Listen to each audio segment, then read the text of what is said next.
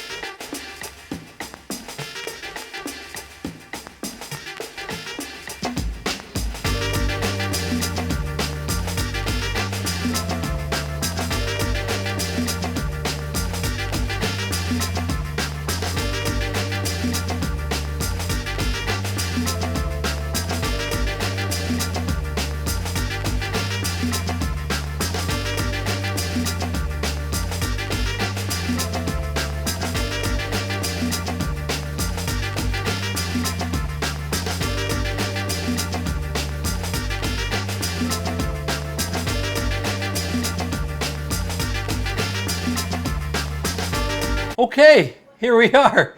You saw those crazy burgers being made.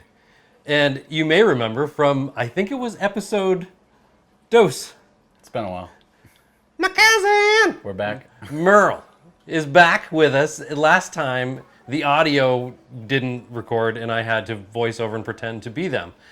So I'll link to that video so that you can see that one, because it's pretty great. So I'm just checking that the audio is recording, and it is. So that's great. Are you as full as I was after watching it, as I ate them, and we ate them? Oh my God. So we're not even going to show eating them, because it was such an ordeal. There was so much going on, So you saw them being made. They were, I would say, 4 out of 6. Yeah.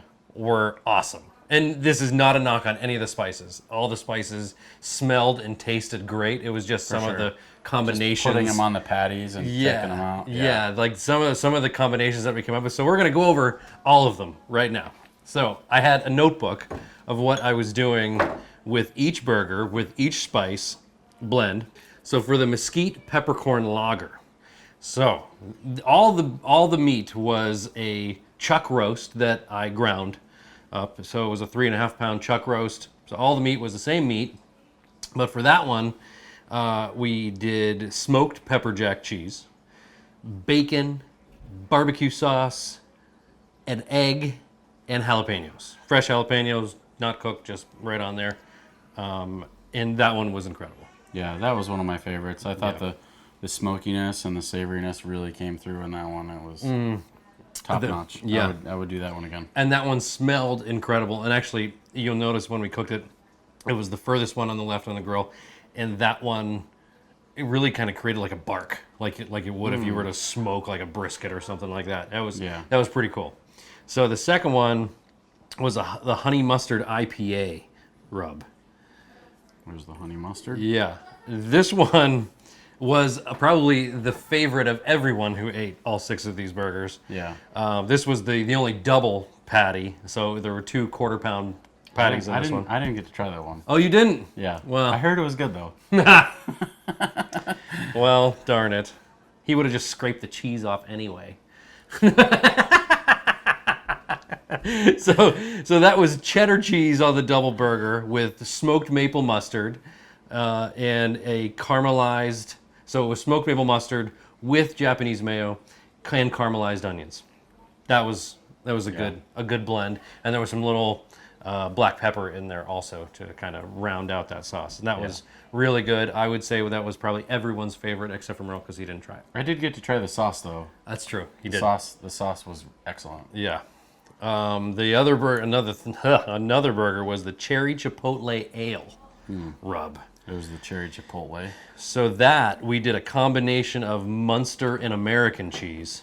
And that was probably the most picturesque burger. It just looked like a perfect, just the cheese oozed over every single inch of that burger.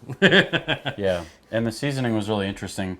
As we put the seasoning on the burger, Chris made a comment, you could smell the cherry. Yeah. And it smelled like fresh cut cherry wood. It did. It smelled like cherry lumber. Yeah. I even got goosebumps talking about it. Ooh. That's great. I love cherry wood. and so this one was an interesting blend, and maybe your favorite. Yeah, I loved it. If not the second favorite. I loved it, yeah. So this one had pepperoncinis on it, and we made a mustard. This was Coleman's mustard, English mustard, with Japanese mayo and diced onion. And that was the sauce for that burger. That was magnificent. It was fantastic. And the texture was so good. Yeah, it was great. That burger also had a nice crust on it when I pulled it off the grill. The cherry Chipotle one. So, Hickory Peach Porter Rub. Which one's that guy? Let's see. I think it's that guy. There it is. So the Hickory Peach Porter. Now this one, wifey really loved. I wasn't too big of a fan on this. It was probably my second to least favorite. This had brie and red pepper strips and mayo and Worcestershire sauce with a little smoked paprika. Now that sauce was really good. The sauce was banging, yeah. The sauce was really good. I think the red pepper strips kind of threw this one off for me, mixed with the brie. I was trying to do some sort of like acid slight acid. It could have used like maybe a little bit of like a pre-dressed arugula or something on it to have a little bit of texture. That's a good. That's it was just a good missing thought. something, but it was good. It tasted fine. Yeah. None of this tasted bad. No, none of them tasted bad. Some of them were just much better than others. Yeah, for sure. The jalapeno lime Pilsner. Now that one also had smoked pepper jack cheese. And then I made a little combination of diced garlic with diced tomato and green chilies. And then put that also had onion in it. And then we combined that with sour cream, fresh cilantro, and lime. That was awesome. That was probably my second favorite. That flavor combination has obviously been proven. Yeah. But in this circumstance, it worked out so well. It came together perfectly. And that seasoning is so bright and so fresh tasting. Yeah. It's really good. This was the biggest letdown. Oh, I had such high hopes for this one. The Imperial Coffee Stout Rub. The rub itself smells incredible. It smells incredible. In another circumstance, used in a different way. I mean, yeah. Can't go wrong. So what I did for this one is I actually made a blue cheese gravy. I was thinking blue cheese sauce, so I made a roux, and I added some beef stock and a bunch of sprigs of thyme, and then threw fresh blue cheese in there. Not fresh. Blue cheese crumbles in there. And it all, oh my gosh, by itself, the gravy was out of this world. Oh, just the aroma when you were making it? Yeah, just when if you were to put that on a steak, like a ribeye or something like that, oh my goodness, that would be incredible. And on this burger, and we also put French fries on this burger too, it was just, did you taste this one? I did, yeah. This one was just off. Yeah, I couldn't figure that one out. Yeah, I couldn't figure it out. It was just like every flavor was going in a different direction.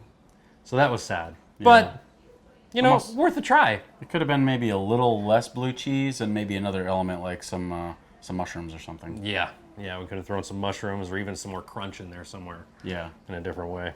So that was the 6-pack of Spiceology Beer Infused Rubs.